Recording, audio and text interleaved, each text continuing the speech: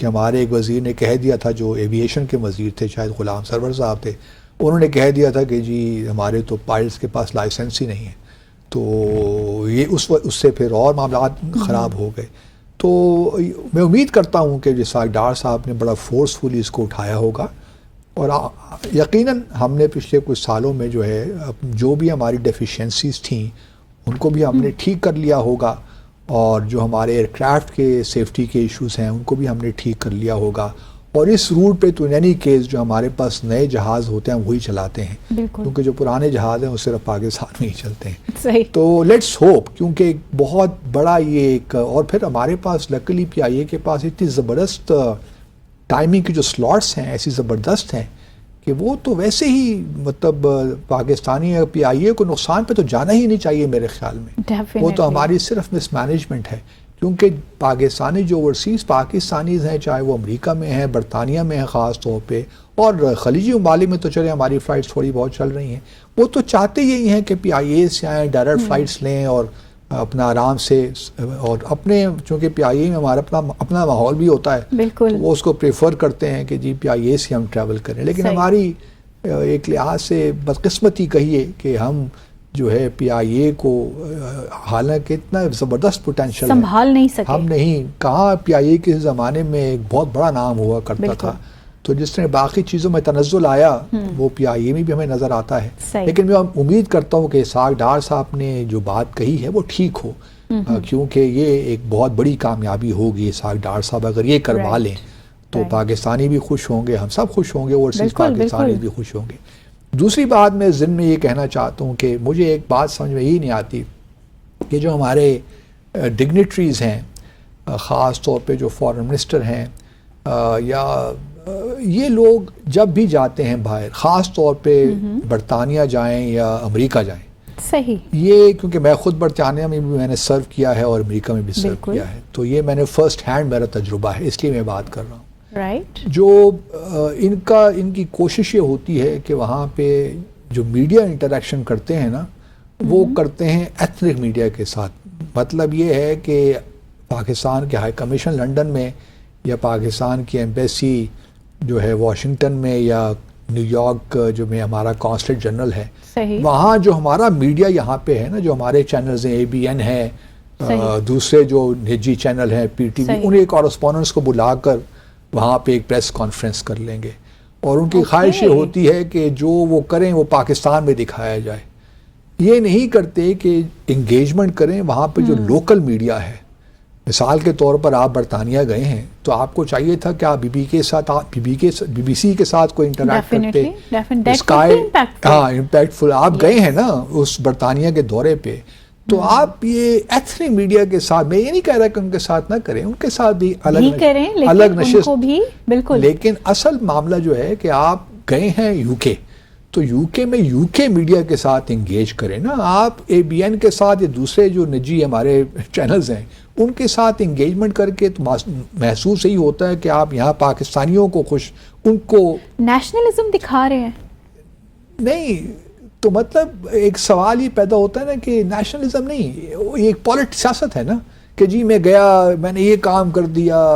اور high commission میں چونکہ انوائرمنٹ اپنی ہوتی ہے، وہاں پہ ٹف کوسچن بھی لوگ نہیں پوچھتے تو کمفرٹیبل بھی فیل کرتے ہیں. تو اور باقی جو ایتھنک میڈیا کے وہاں کورسپونڈنٹس ہوتے ہیں باہر، وہ بڑے خوش ہو جاتے ہیں کہ جی ہمیں ایمبیسی نے بلایا یا ہائی کمیشن نے بلایا اور ہمارا آج ان سے انٹریکشن ہوا، تو ان کو بھی ایک کہانی مل جاتی ہے کہ وہ اپنے باہر پاکستان یہاں بھجوائیں.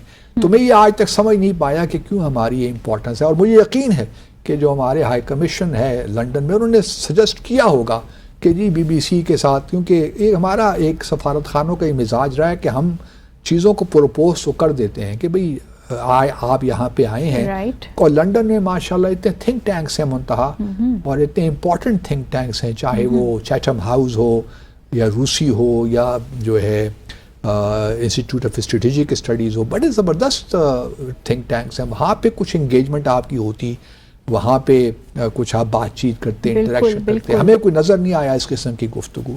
تو بہرحال میں یہ دو باتیں پوائنٹ آؤٹ لیکن یہ ایک میں ضرور بلاول زرداری صاحب کو کریڈٹ ضرور دینا چاہتا ہوں کہ جب وہ کچھ عرصے کے لیے فارن منسٹر تھے تو ان کی کوشش ہوتی تھی کہ لوکل میڈیا کے ساتھ انٹریکٹ کریں. امریکہ بھی گئے ہم نے دیکھا, اور برطانیہ بھی خاص طور پہ. تو لیٹس کریڈٹ. تو یہ کیوں اتنا ہیزیٹیٹ کرتے ہیں؟ آئی ڈو ناٹ نو, شاید وہ کانفیڈنس نہیں ہے, اور بٹ کانفیڈنس ہونا چاہیے, کیونکہ اسحاق ڈار صاحب یہ تو بڑے منجھے سیاستدان ہیں, ہمارے فائنانس منسٹر رہے ہیں کئی بار, ایک بار بھی نہیں, اور کتنے سالوں سے بلکہ دہائیوں سے ہمارے سیاسی افق کا ایک بڑا زبردست ستارہ ہیں, جگمگاتا ہوا ستارہ ہیں. تو confidence is not the problem. Confidence میرے خیال میں بس شاید ان کو خیال ہی نہیں آتا کہ چیزوں میں کیا اہمیت ہے. دیکھیں نیریٹو بلڈنگ میں یہی چیزیں اہم ہوتی ہیں, ایک کنسسٹنسی, اس میں ایک پرسسٹنسی ہونی چاہیے. جب تک وہ نہیں ہوگی اس وقت تک آپ اپنا نیریٹو بلڈ نہیں کر سکتے. تو یہ میں دو باتیں اسحاق ڈار صاحب کے, باقی تو ٹھیک ہے, ٹریڈ بھی بڑھانے کی باتیں ہوئی ہوں گی, اور بھی بہت سے بھارت کے متعلق کی باتیں ہوئی ہوں گی, لیکن یہ دو چیزیں میں ہائی لائٹ کرنا چاہتا ہوں. چلیں, آپ نے بھارت کا نام لیا تو میرے ذہن میں افغانستان آ گیا. کیوں افغانستان کا بھارت سے کیا تعلق ہے؟ علی امین گنڈاپور صاحب کچھ ممکنہ دورہ کر رہے ہیں افغانستان کا, اور بڑی ہمیں بازگشت سنائی دے رہی ہے ان کے دورے کے حوالے سے. تو یہ کیا دبنگ قسم کے بیانات دبنگ قسم کے ایک تو میں دیکھیں, میں سچی بات تو یہ ہے کہ میں اب یہ احتجاجی سیاست جو ہے نا اس سے بڑا تنگ آ گیا ہوں. بلکہ مجھے نہیں معلوم کہ آپ لوگ کتنا تنگ ہیں, لیکن میں تو جب سے دیکھ رہا ہوں پچھلے 2013-14 سے پاکستان جو ہے اس میں ہے ہی نہیں.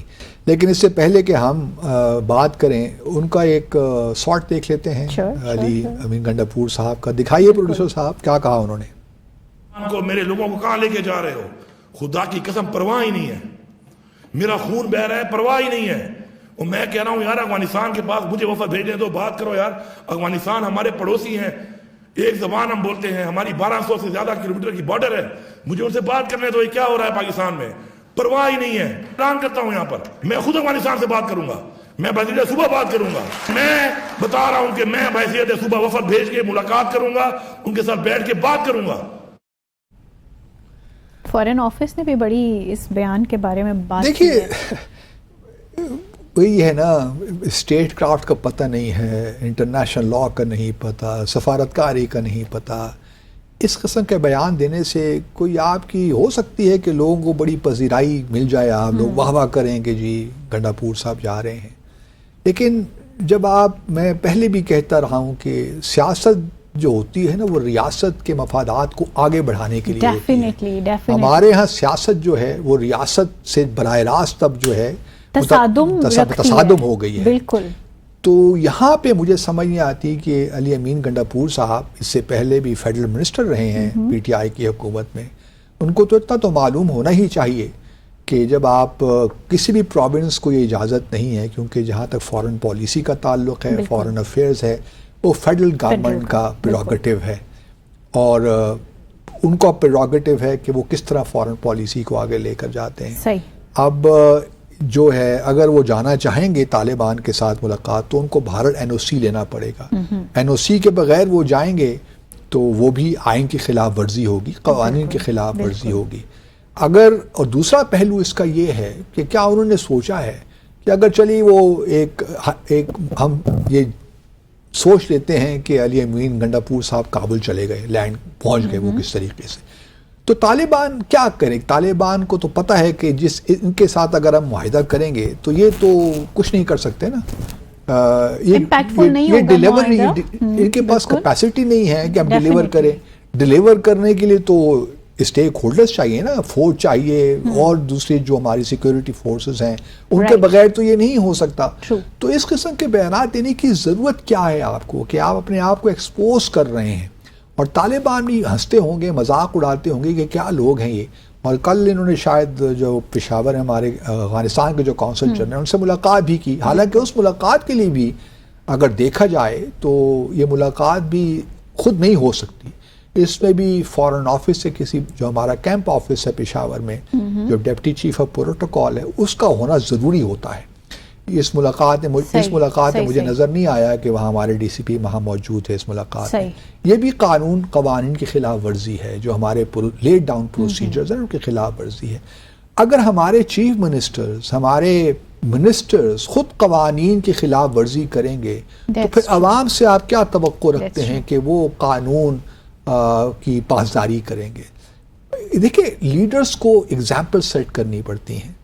ہمارے ہاں یہ وہ رویے اس قسم کے ہو گئے ہیں کہ ہمارے جو قائدین ہیں، ہمارے سیاسی اکابرین ہیں، وہ خود ہی قوانین کی دھجیاں اڑا دیتے ہیں، ان کو بالائے طاق رکھ دیتے ہیں، اس کی تو کئی مثالیں اور ہم پھر عوام سے توقع رکھتے ہیں کہ وہ ٹریفک کے قوانین کی پابندی کریں گے یا اور قوانین کی پابندی کریں گے. تو یہ ہمیں ہمارے سیاستدانوں کو رول ماڈلز بننا چاہیے.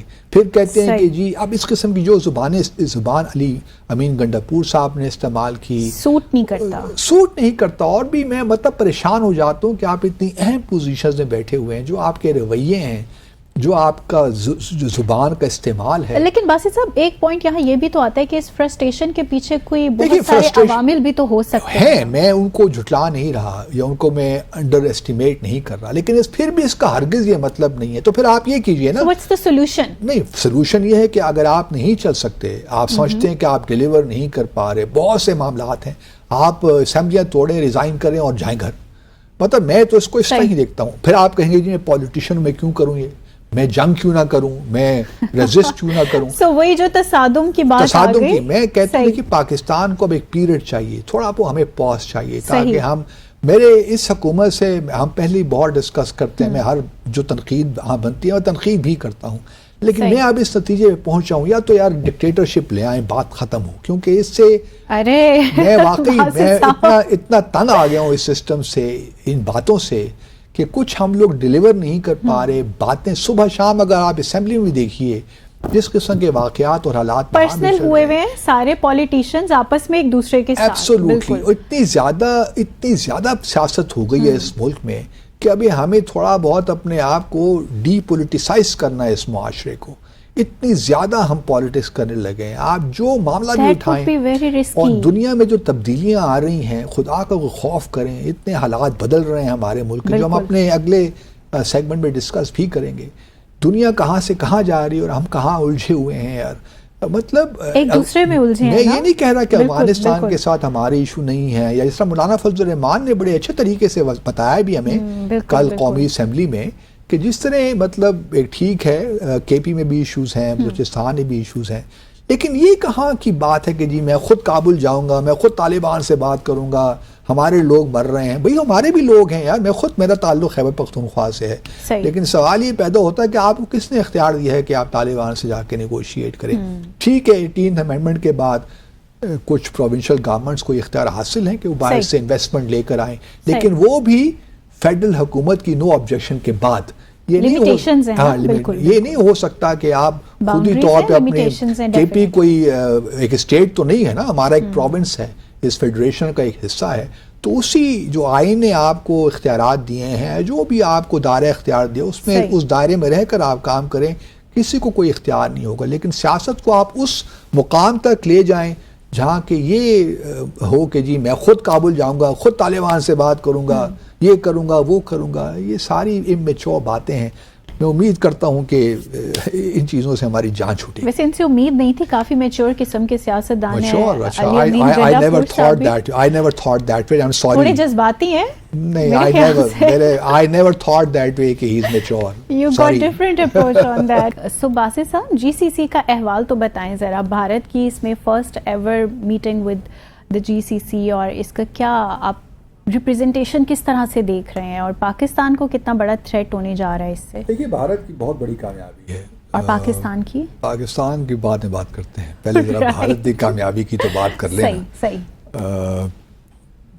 بھارت کی بڑی کامیابی ہے کہ بالآخر یہ ایک میکنزم ڈیولپ کرنا چاہ رہے تھے GCC اور بھارت کے درمیان.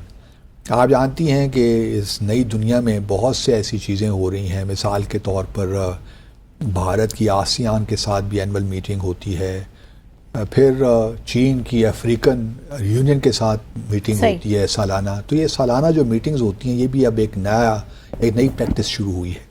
تو بھارت بڑے عرصے سے کوشش کر رہا تھا کہ جو خلیجی ممالک کی کونسل ہے ان کے ساتھ بھی ایک اینول ایک ایسا میکنزم ہو جہاں پہ سب مل کر بیٹھیں اور پاکستان اور بھارت اور GCC کے ممالک کے درمیان جو تعاون ہے اس کو دیکھیں کن کن ایریاز میں تعاون بڑھ سکتا ہے.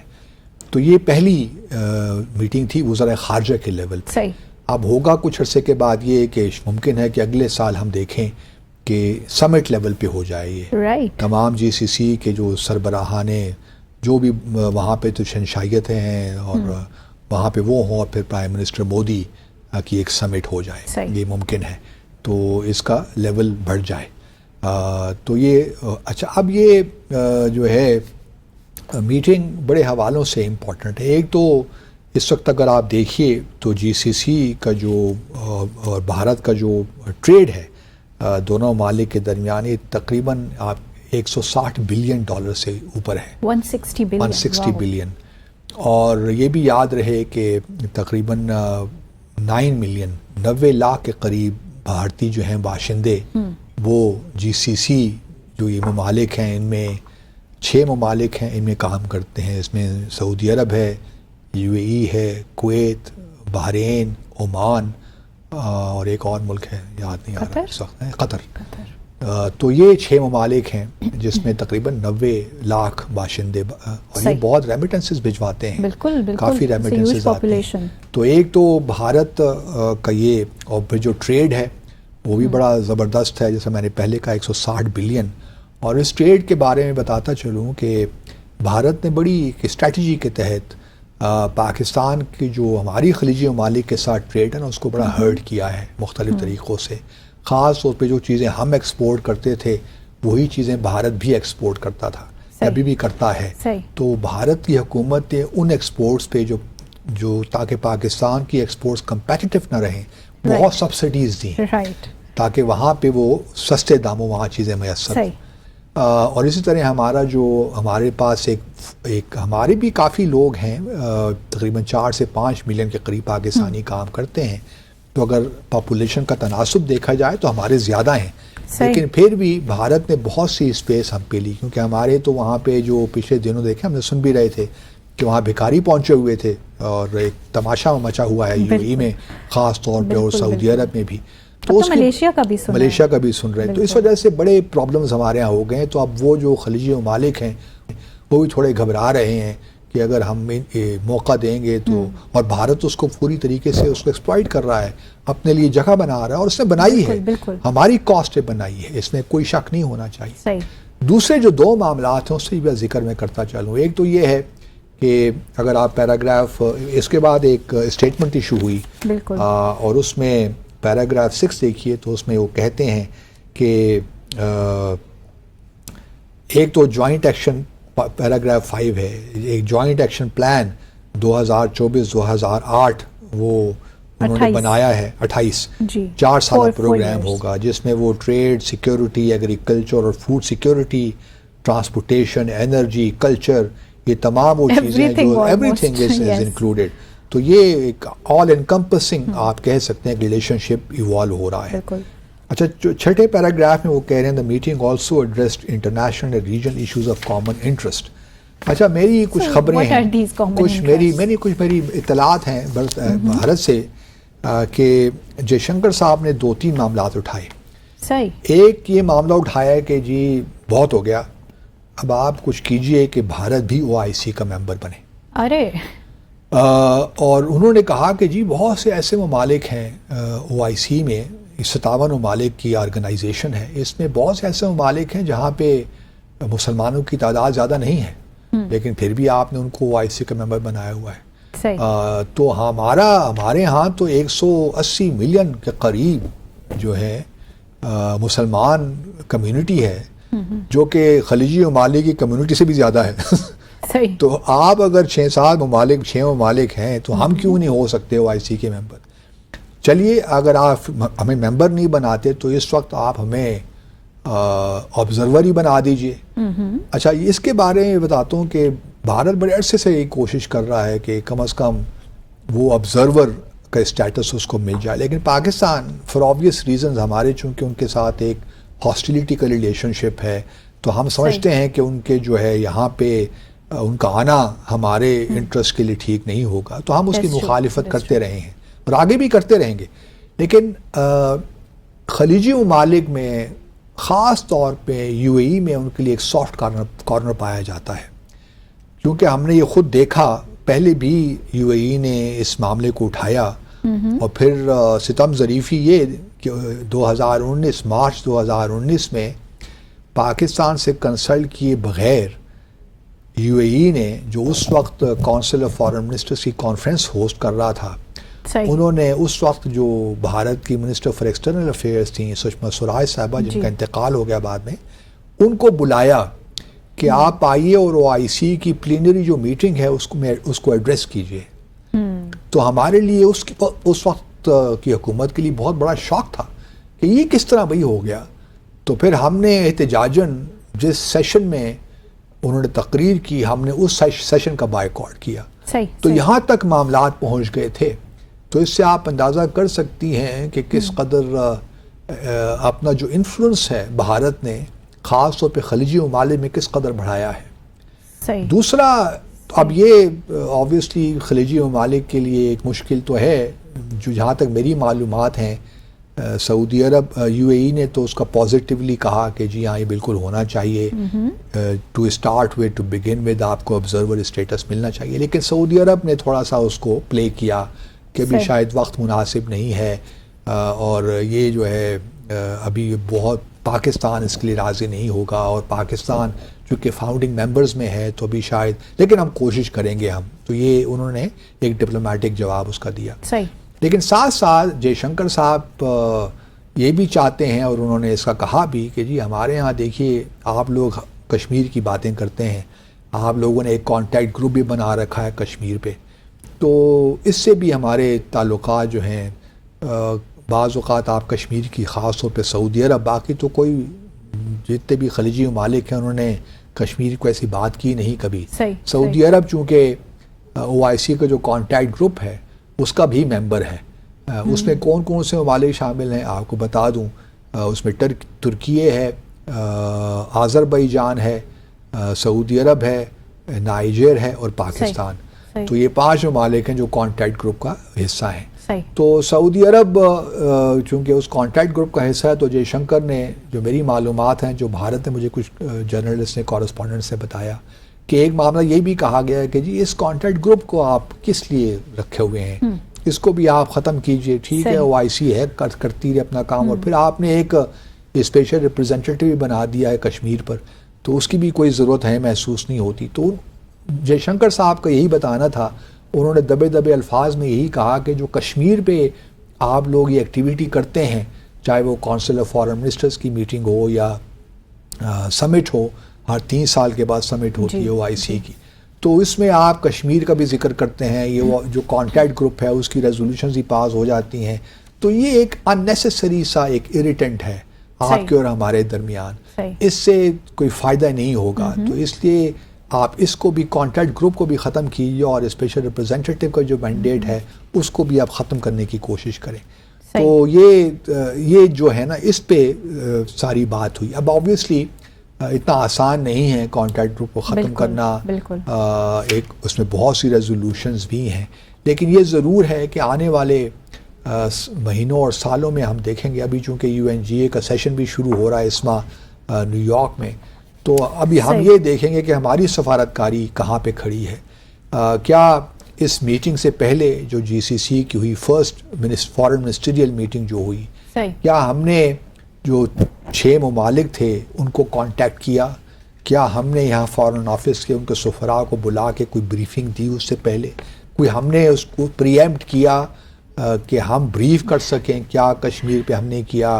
یا ہمارے جو سفراء ہیں، میں ان سے توقع رکھتا ہوں، میرے اپنے کولیگز ہیں، اور میں کیا انہوں نے جا کے بریف کیا اپنے ہوسٹ کنٹریز کی فارن آفس کو کہ جی آپ میٹنگ تو آپ کی ہونے جا رہی ہے، ریاض میں ہوئی ہے یہ میٹنگ، تو اس سے پہلے کیا ہم نے کوئی ایکٹیویٹی کی کہ ہم بریف کرتے کہ جی جے شنکر ممکن ہے آپ کو یہ باتیں کہیں، لیکن ہم آپ کے جو تعلقات ہیں وہ ٹھیک ہے، آپ اپنے تعلقات کیجیے. آپ انویسٹمنٹ بھی دیکھیے، سعودی عرب کی $100 بلین کی انویسٹمنٹ کا انہوں نے کہا ہے ہم کر رہے ہیں بھارت میں، اور یو اے ای تقریباً $5 بلین کی انویسٹمنٹ. ہمارے ہاں وہ ریفائنری ایک بننی تھی بلوچستان میں سعودی عرب نے، وہ کہاں چلی گئی ہمیں نہیں معلوم.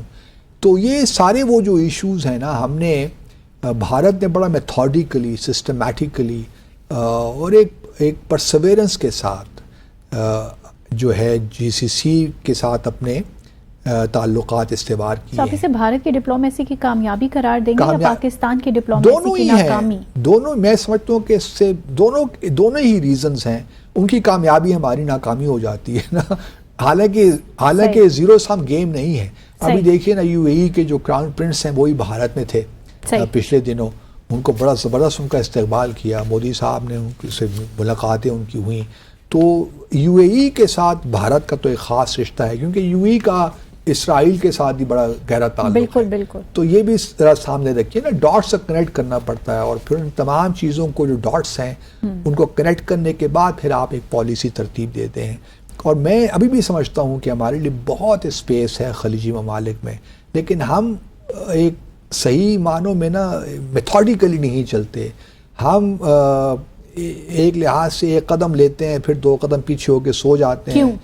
کیونکہ ہمارے انسٹیٹیوشن کیپیسٹی نہیں ہے نا، ہم فائر فائٹنگ میں لگے رہتے ہیں. باسط صاحب یہ جو کیپیسٹی کا ورڈ آپ یوز کریں یہ بہت ڈیبیٹیبل ہے. ڈیبیٹیبل تو ہے لیکن ریسورسز بھی نہیں ہے نا. ہمارا فارن آفس بیچارہ بھی کیا کرے، اتنے فائر فائٹنگ کے ایشوز ہیں، اتنے ایشوز ہیں. اور اگر کیپیسٹی ہے تو ریسورسز بلڈ کرنا یا ریسورسز لانا I think that's not a big deal. It is a big. ہمارے جو حالات ہیں اکنامک وہ تو دیکھیں نا، مشنز بند کر رہے ہیں، بجٹ کم کر رہے ہیں، تو بھارت کا بجٹ تو مسلسل بڑھ رہا ہے. لیکن at the same times 48 ambassadors at large بھی جو ہیں وہ بھی لگا رہے ہیں، تو یہ بھی ہم ہی ہیں. ہم ہی ہیں. ہمارے میں کیسے بلیو کروں کہ ہمارے پاس ریسورسز نہیں ہیں؟ ترجیحات بھی ٹھیک نہیں ہیں. ترجیحات بھی ٹھیک نہیں ہیں. ہمیں انسٹیٹیوشن بلڈنگ کرنی ہے نا، ہم افراد کو بلڈ نہیں کرنا، ہمیں انسٹیٹیوشنز بلڈنگ پہ فوکس کرنا ہے. جو بار بار کہتا رہا ہوں، ان کی بیسز جو ہیں انہی افراد نہیں رکھنی ہے. افراد کی رکھنی ہوتی ہے لیکن افراد کے آنے جانے سے فرق نہیں پڑنا چاہیے. بالکل. اصل بات صرف انسٹیٹیوشنز میں اپنا ایک اسٹرینتھ ہونی چاہیے انہیرنٹ، وہ ہم نہیں بلڈ کر پائے. That's right. I totally agree. So time ہو گیا باسط صاحب سے یہ جاننے کا کہ امریکہ کا نیا صدر آخر کار کون ہونے جا رہا ہے. So one final جو آپ کی خواہش ہم پوری کر دیتے ہیں. آپ کی خواہش کیا بتائیے؟ Mine is always Trump. کیوں؟ Why always Trump? ٹرمپ میں آپ کو کیا نظر آتا ہے؟ ساری امریکی خواتین تو کیملا ہیرس کو اب زیادہ ووٹ دے رہی ہیں. Because I am not امریکی خاتون. نہیں تو آپ ٹرمپ کو کیوں چاہتی ہیں کہ وہ صدر بن جائیں؟ بس جو ہے جیسا ہے سامنے ہے. اور کیملا ہیرس کے بارے میں آپ کو لگتا ہے کہ کوئی گڑبڑ ہے؟ ہاں، جو نظر آتی ہیں ایسی ہے نہیں. یس، تھوڑا ان کا بیک گراؤنڈ بھی مجھے پنچ کرتا ہے. مجھے بھی تھوڑا بہت ہی. اچھا اب کون؟ دیکھیے پہلے ایک اور بڑے مزے کی بات بتاتا ہوں آپ کو. اب میں تھوڑا سا چیزوں کو، اب ہائنڈ سائٹ کا ایڈوانٹیج تو ہوتا ہے نا. صحیح. تو ہم ذرا ہائنڈ سائٹ کا ایڈوانٹیج. نو ڈپلومیسی ہے. ڈپلومیسی نہیں، لیکن میں سوچ رہا ہوں کہ یہ بائیڈن، اچھا مجھے اب یہ لگتا ہے کہ بائیڈن کو پہلے سے ہی معلوم تھا کہ انہوں نے الیکشن لڑنا نہیں ہے. کیسے؟ وہ اس لیے کہ، اور ان کو معلوم تھا کہ کیملا ہیرس ہی کو ہم نے آگے لے کر آنا ہے. وہ کیسے؟ یہ ساری جو گیم تھی نا، یہ پہلے سے ہی ایک بڑی ایک تیار شدہ پلان کے تحت یہ معاملات طے شدہ پلان کے تحت ہوا. کیونکہ ایک طرف تو ان کو معلوم تھا کہ اگر بائیڈن پہلے دستبردار ہو جاتے ہیں صدارتی اس ریس سے، تو پھر کیملا ہیرس کو آبویسلی پوری پرائمریز کا جو ایک ہوتا ہے سلسلہ، اس سے گزرنا پڑتا. صحیح. اور کیملا ہیرس کا پہلے بھی ہم دیکھ چکے ہیں کہ وہ اس میں بھی ناکام رہی ہیں، پہلے بھی 2020 میں بھی. True. وہ پہلی ہی اسٹیج پہ ہی وہ ناک آؤٹ ہو گئی تھیں اور ان کو فارغ کر دیا گیا تھا. True. اب چونکہ 4 سال صدر رہیں تو اب انہوں نے آبویسلی اپنی گڈ ول ایک بنا لی تو ہوگی نا. اب انہوں نے اس پرائمری سے ان کو بچانے کے لیے کہا کہ جی یہ جو بائیڈن کا پہلا ڈیبیٹ ہے نا یہ ہو جائے. اور اس میں ہم چونکہ یہ ڈیبیٹ اگر آپ دیکھیے تو CNN میں پہلا ڈیبیٹ ہوا. اب CNN پرو ڈیموکریٹک پارٹی ہے، وہ بڑا اینٹی ٹرمپ چینل ہے. صحیح. تو لیکن اگر آپ CNN کا ڈیبیٹ دیکھیں تو اس میں دے پلیڈ نیوٹرل مور اور لیس. انہوں نے کوئی ٹرمپ کے لیے کوئی اتنی مشکلات پیدا نہیں کی. صحیح. تو ڈیموکریٹک پارٹی چاہتی تھی اور ان کا پلان بھی یہی تھا کہ بائیڈن کو ڈیبیٹ میں ہروا لیا جائے، کیونکہ ایک پریشر بلڈ ہوگا پارٹی کے اندر سے. اور پھر بائیڈن صاحب کو شاید پتا تھا کہ نہیں پتا تھا، لیکن مجھے لگتا ہے کہ بائیڈن صاحب کو بھی شاید معلوم ہی تھا. اگر معلوم تھا تو ایکٹنگ بڑی زبردست انہوں نے کی. تو انہوں نے کہا کہ جی کیملا ہیرس کو اس سارے پرائمریز کے چکر سے بچانے کے لیے اور ایک ڈیبیٹ کروا کے، ڈیبیٹ اگر ہو جائے گا اس میں ہم ٹرمپ کو جیتنے دے دیں گے، کیا فرق پڑتا ہے. تو لیکن ایک دم جو کیملا ہیرس آئیں گی تو پورا ڈیموکریٹک پارٹی کے لیے سینیریو تبدیل ہو جائے گا، کیونکہ ٹرمپ جو ہے بائیڈن کو یعنی کہ جتنے بھی اوپینین پولز آپ دیکھیے اور خاص طور پہ جو 7 جو جسے بیٹل اسٹیٹس کہتے ہیں ان میں جو سوئنگ اسٹیٹس ہیں ان میں اگر آپ دیکھیے تو ٹرمپ جیت رہے تھے، چاہے وہ وسکانسن ہو، منیسوٹا ہو، نیواڈا ہو، نارتھ کیرولینا ہو، جارجیا ہو، ایریزونا ہو، تو تمام میں ہی was ahead, Pennsylvania for that matter. بالکل تو ان کو خطرہ تو تھا کہ بائیڈن ٹرمپ سے جیت نہیں سکتے، تو ایک پہلے سے پلان کر رکھا تھا انہوں نے کہ ہم نے بائیڈن کو تبدیل تو کرنا ہے۔ اب یہ بائیڈن کو معلوم تھا نہیں معلوم تھا، واللہ عالم بالصواب، لیکن میرا اپنا خیال ہے کہ شاید بائیڈن کو بھی یہ معلوم تھا اور بائیڈن بھی اس میں شامل تھے، اور وہ بھی یہی چاہتے تھے کہ کیملا ہیرس ہی کو ہم اپنا صدارتی امیدوار بالآخر بنائیں۔ تو جب ڈیبیٹ ختم ہوا تو اس کے بعد یہ بات شروع ہوگی، آپ جانتے ہیں ہم نے پہلے بھی ڈسکس کیا کہ جی کس کو ہونا چاہیے۔ اب کیملا ہیرس کا ایڈوانٹیج یہ تھا کہ وہ ٹکٹ پہ تو تھی نا ایز وائس پریزیڈنٹ، پرائمری سے ہو کر گزری تو تھیں، جو کہ بائیڈن کے لیے تھا، لیکن بہرحال وہ وائس پریزیڈنٹ کے ٹکٹ پہ تو تھیں، تو ایک آٹومیٹیکلی سب لوگوں نے کہا کہ اب تو کیملا ہیرس ہی رہ گئی ہیں، تو وہ آٹومیٹیکلی بغیر کسی کوئی، حالانکہ امریکہ کے سسٹم میں پرائمریز آر ویری امپورٹنٹ اور کریٹیکل اور نیسیسری، تو اس سارے پروسیس سے وہ فارغ ہو کے اسموتھ ہو گیا پروسیس، وہ چلا گیا اور یہ صدارتی امیدوار بن گئی، ان کی تو بلے بلے ہو گئی۔ اچھا ابھی تک جو ڈیبیٹ ہوا اس کے بارے میں بھی دیکھیے تو مجھے تو لگا کہ کیملا ہیرس جو ہیں بہت ہی تیاری کر کے آئی تھی، اور جو لوگ کہہ رہے رٹے رٹائے جملے، رٹے رٹائے لگ رہا تھا کہ جملے بھی اور حملے بھی بالکل رٹے رٹائے، لیکن ٹرمپ کی بدقسمتی ہے کہ وہ بیچارہ جو ہے وہ تھوڑا سا چونکہ ایسے نوجوان ہیں ان کے بارے میں ہم کیا کہیں، لیکن جو میرا اپنا خیال یہی ہے کہ اب ڈیبیٹ کے بعد کیملا ہیرس نے ایک مومنٹم تو گین کیا ہے، اور پچھلا ایک پول جو ہم دیکھ رہے تھے اس میں نارتھ کیرولینا اور جارجیا میں ان کو کوئی تھوڑی بہت لیڈ مل گئی ہے، لیکن مجھے ابھی اس سے ایک اور واقعہ بھی یاد آ رہا ہے، اور یہ وہ لیڈ جو ہے وہ اتنی زیادہ نہیں ہے، کیونکہ اس سے زیادہ لیڈ جو تھی نا وہ بائیڈن ہلری کلنٹن کو تھی 2016 میں، لیکن 2015 میں سوری، اور 2015 میں جو انتخابات ہوئے ہلری کلنٹن کی لیڈ زیادہ تھی ٹرمپ سے، لیکن پھر بھی ٹرمپ جیت گئے، تو بائیڈن کی بھی لیڈ زیادہ تھی، لیکن ٹرمپ نے جو ہے ان سوئنگ اسٹیٹ میں زیادہ ووٹ حاصل کیے، تو یہ جو اس وقت تقریباً آپ کہہ سکتے ہیں کہ 14-15% جو لیڈ مل رہی ہے کچھ سوئنگ اسٹیٹس میں، تو وہ اتنی زیادہ نہیں ہے کہ ٹرمپ اس کو بیٹ نہ کر سکے، لیکن جو اب اگر آپ فاکس ٹیلی ویژن چینل دیکھیں تو ادھر کچھ اور ان کے وہ کہتے ہیں ٹرمپ جیتے ہی جیتے، سی این این دیکھیں تو ان کا خیال ہے کہ کیملا ہیرس جیتے جیتے، پھر ایک دوسری جو سنگر ہیں خواتین سوئفٹ ٹیلر ہیں، کیا نام ہے، ٹیلر سوئفٹ، وہ انہوں نے انڈورس کر دیا ہے، تو وہ کہتے ہیں ٹرمپ نے بھی ان کو جواب دے دیا ہے، تو جی انہوں نے کہا کہ جی اب تو یہ ہے، تو انہوں نے کہا کہ جی یہ بھی ہم اچھا۔ دوسرا جو ہے نا ایک انٹرسٹنگ، تو اب دیکھنا بہرحال کہنا بہت مشکل ہے، لیکن ٹرمپ دیکھ کر اگر آ جاتے ہیں تو فلسطین کے لیے کوئی اچھا نہیں ہوگا، سچی بات یہ ہے، وہ تو دونوں کچھ نہیں، لیکن وہ فلسطین پہ اور زیادہ سخت ہوں گے نا، مسئلہ یہ ان کا بھی یہی حال ہے، کوئی زیادہ فرق نہیں پڑتا، لیکن یہ ہے کہ ہمارے لیے خاص فرق نہیں پڑتا، at the end of the day we can deal with both of these presidents whoever comes۔ اصل جو ایک اور معاملہ پریزیڈنٹ صاحب ٹرمپ نے جب اپنے ڈیبیٹ میں کہا نا کہ میں نے عبدل سے کہا، میں نے کہا عبد الباسط تو نہیں ہے، کہیں اللہ خیر کرے، میں نے کہا کہ میرا ذکر نہ کریں عبد الباسط، لیکن بہرحال یہ عبدل جو ہے نا کیا نام ہے ان کا، عبد الغنی برادر، جو کہ طالبان کے ڈیلیگیشن کو ہیڈ کر رہے تھے، وہ آتے جاتے رہتے تھے، تو اچھا مجھے نہیں معلوم تھا کہ وہ امریکہ میں جا کے ان کی ملاقات وہاں پہ بھی ہوئی ٹرمپ کے ساتھ، ٹیلی فونی گفتگو ہوئی ہوگی، حالانکہ مذاکرات دوحہ میں ہو رہے تھے، تو یہ بڑا انٹرسٹنگ ہے کہ اور انہوں نے کہا کہ عبدل دیکھو مجھے تمہارا معلوم ہے کہ تمہارا گھر کہاں پہ ہے، اور میرے لیے ٹارگٹ کرنا کوئی آسان نہیں ہوگا، تو یہ کہہ رہے تھے کہ ہم نے دھمکی دی، تو اس دھمکی وجہ سے طالبان نے دوحہ ایگریمنٹ کیا۔ دوحہ ایگریمنٹ تو دیکھیے نا اب میں اس حوالے سے ٹرمپ کو اپریشیٹ کرتا ہوں کہ انہوں نے بھانپ لیا تھا کہ یہ جنگ تو ہم جیت نہیں سکتے. اشرف غنی بھی کرپٹ ہیں, اس سے پہلے حامد کارزائی بھی کرپٹ, اور یہ اپنی انہوں نے چودراہٹیں کریٹ کی ہوئی ہیں, اور طالبان کو ہرانا بہت مشکل ہے. تو انہوں نے وقت پہ یہ بھانپ لیا تھا. تو انہوں نے کہا کہ اس وار کو کنٹینیو کرنے سے بہتر ہے کہ ہم وڈرا کریں, جائیں یہاں سے. ہمارا کام نیشن بلڈنگ تو نہیں ہے نا, ہم باہر بیٹھ کے یہاں پہ نیشن بلڈنگ کریں گے تو پتہ نہیں اور کتنے ٹریلینز آف ڈالرز ہمارے خرچ ہو جائیں گے. تو انہوں نے کہا یہاں سے وڈرا کرو. تو وہ دوحہ ایکارڈز ہو گیا 29 فروری 2020 کو. اب انہوں نے تاریخ دی تھی وڈرال کی, اس میں بہت سی کنڈیشنز تھیں.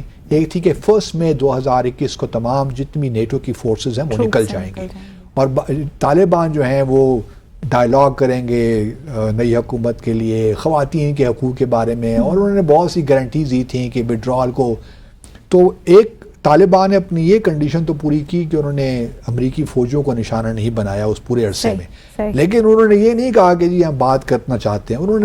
ان کو پتا تھا کہ جس دن یہ لوگ نکلیں گے تو ان کے لیے قطعاً کوئی مشکل نہیں ہوگا کہ ہم کابل پہ قبضہ کر لیں. اچھا, پاکستان میں ایک بڑی انٹرسٹنگ یہ بھی تھا, میں نے 2-3 کانفرنسز اٹینڈ کی, کچھ آفیشلز بھی یہاں پہ حکومت کے تھے, تو ان کا خیال تھا کہ جی یہ اس بار 1996 نہیں ہے کہ بس اب یہ غیر ملکی فوجیں چلی جائیں گی تو طالبان قبضہ کر لیں گے 1996 کی طرح. ایسا نہیں ہوگا. تقریباً 3 لاکھ سے زیادہ سیکیورٹی فورسز ہیں افغانستان کے پاس, تو طالبان کو پتہ چل جائے گا اس دفعہ. میں نے کہا نہیں, میں کانفرنس میں نے کہا جی آپ لوگ غلط فہمی کا شکار ہیں. یہ جس دن یہ فورسز گئی یہاں سے غیر ملکی تو آپ دیکھیں گے کہ طالبان کیا کرتے ہیں. تو میری جو ہے بالکل بات ٹھیک نکلی, اور اب میں ان ساتھیوں سے کبھی ملتا ہوں, بلکہ میں نے ایک آرٹیکل ہی پچھلے دنوں لکھا یہ کہ Pakistan can do better on Afghanistan, یہ عرب نیوز میں شائع ہوا ہے. تو ہماری چونکہ انڈرسٹینڈنگ بڑی میں لمیٹڈ ہے, حالانکہ ہونی نہیں چاہیے ہماری. تو ہم ہمسائے ہیں, کتنے عرصے سے ایک دوسرے کے ساتھ رہ رہے ہیں, انگیجمنٹ انٹریکشن بھی ہمارا ہوتا ہے. ہماری تو انڈرسٹینڈنگ بڑی زبردست ہونی چاہیے, اور ہے بھی, لیکن بعض اوقات غلط اسیسمنٹ ہو جاتی ہے. ہم سب انسان ہیں, غلطی کا پتلا ہے. تو یہ ہے کہ جی, اور جو لیکن ٹرمپ کا جو کہنا تھا نا کہ جو جس طریقے سے کیوٹک وڈرال ہوئی, جس میں 13 سے 18 امریکی فوجی مارے گئے, اتنا ملٹری ایکوپمنٹ چھوڑ دیا گیا, state of the art military equipment چھوڑ دیا گیا, یہ نہیں ہونا چاہیے تھا, جو کہ بائیڈن کی غلطی تھی.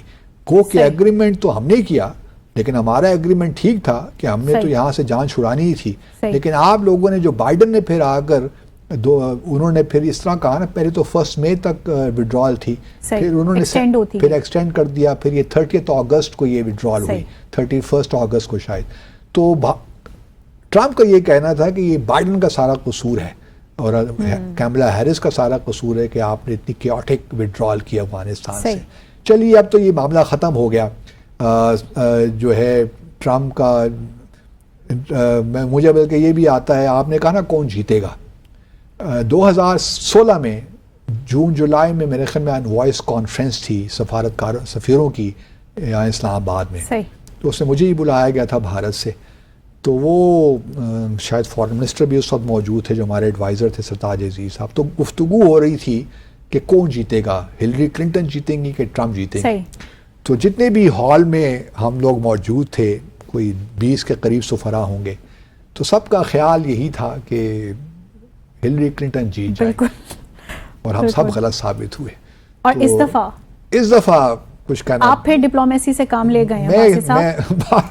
لاسٹ منٹ مجھے لگتا ہے کہ شاید کیملا ہیرس شاید جیت جائے اس دفعہ. Why not Trump?